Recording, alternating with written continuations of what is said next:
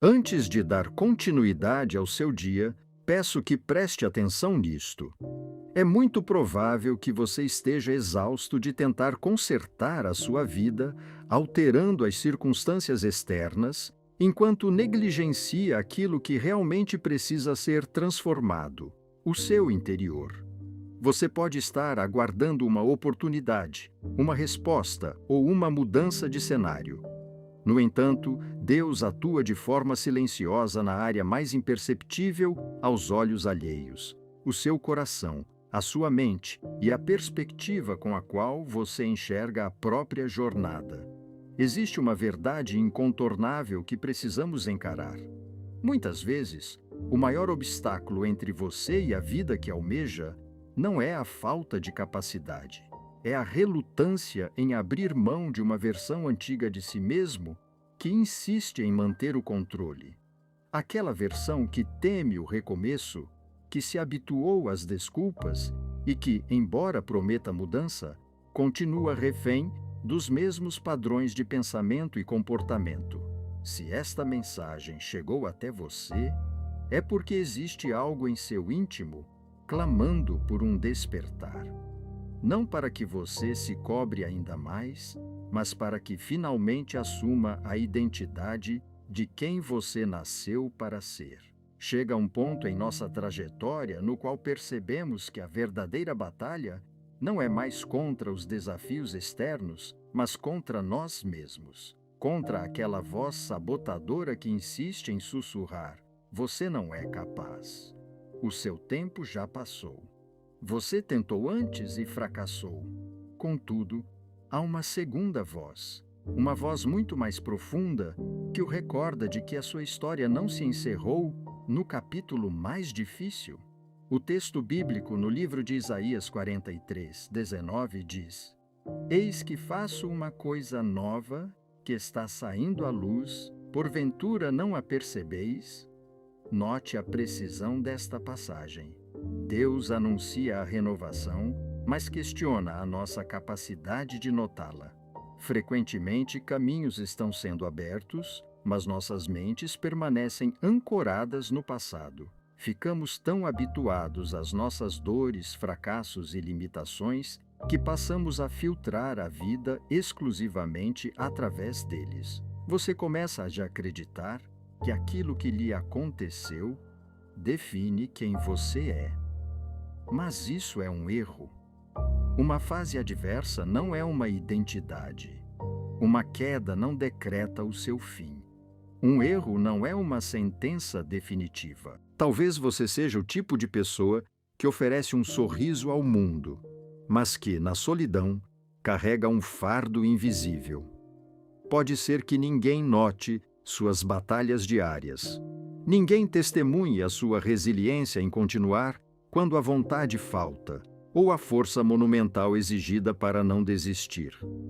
Mas Deus sabe de todas essas coisas, e há algo libertador nisso. Você não precisa ser perfeito para inaugurar uma nova fase. O requisito essencial é simplesmente parar de fugir do processo. O crescimento gera desconforto, a mudança e o amadurecimento também. No entanto, a estagnação cobra o seu preço em sofrimento. A diferença fundamental é que a dor do crescimento o transforma. A dor da inércia apenas o aprisiona. Um erro comum é aguardar a motivação para agir. Aqueles que verdadeiramente transformam suas realidades compreendem um princípio vital. A ação, via de regra, precede a motivação. Você não inicia um projeto porque está totalmente preparado. Você começa e, ao longo do percurso, a preparação acontece. É como o ciclo de uma semente. Ela precisa romper a própria casca sob pressão para poder germinar. E talvez seja exatamente isso que você esteja sentindo agora. Uma pressão interna, uma inquietação. A intuição inegável de que existe mais a ser vivido. Não ignore este sinal.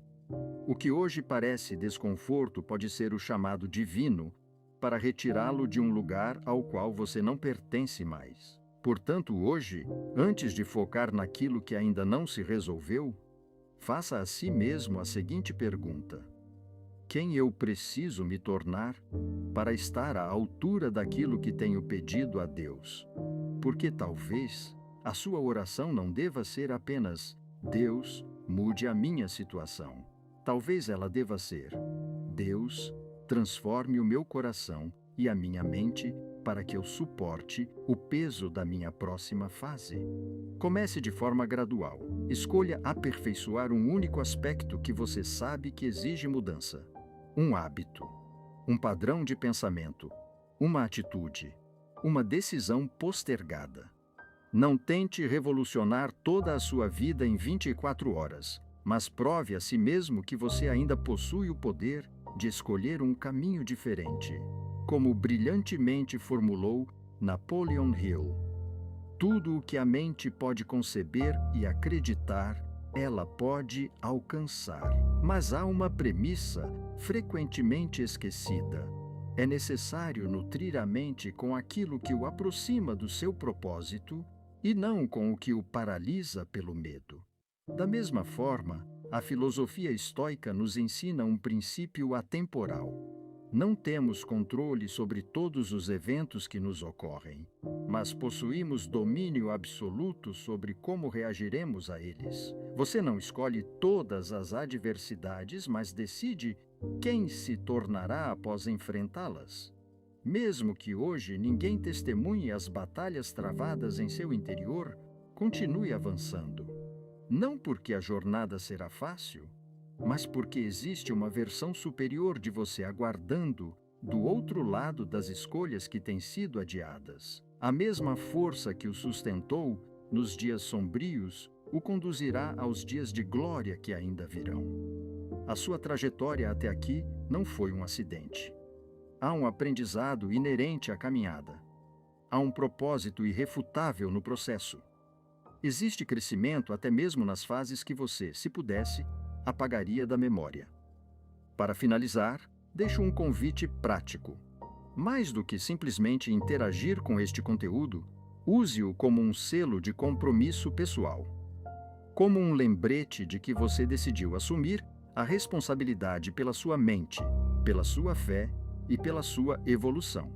Se esta mensagem ressoou em você, registre nos comentários: eu escolho crescer.